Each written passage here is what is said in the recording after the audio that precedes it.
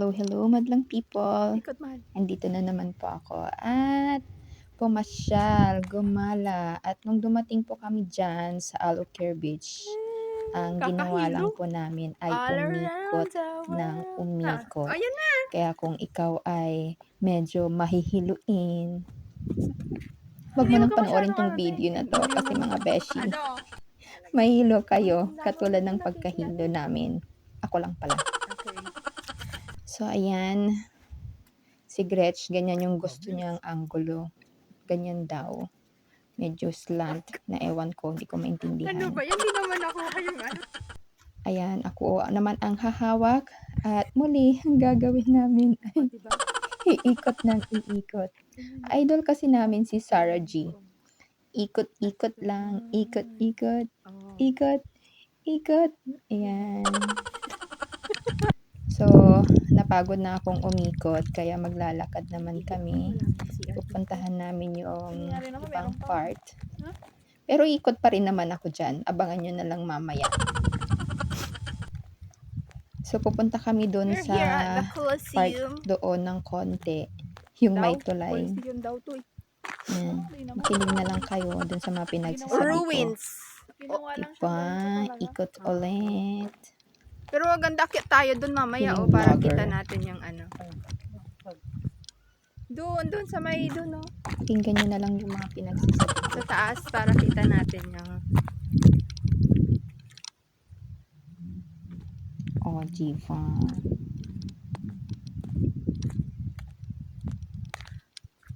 all around the world. That's a praise making.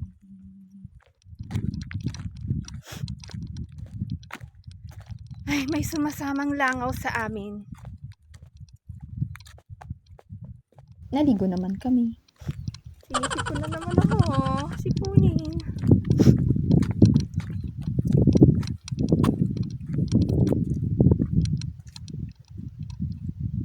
Yan yung pinuntahan namin, yung paakyat ng konti.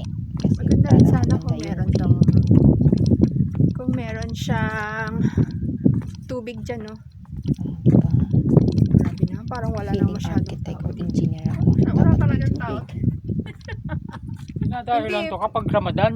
Wala Hindi, daw may tao. ano dito Walang pag tao sa Friday, amin. madami. Kasi Oo, kami lang kaya. tatlo dyan eh. Walang ibang tao. Tulad yung kaya yung pang Ramadan o kaya yung araw ng ano nila. Araw Yes. ng kalayaan. Project and project.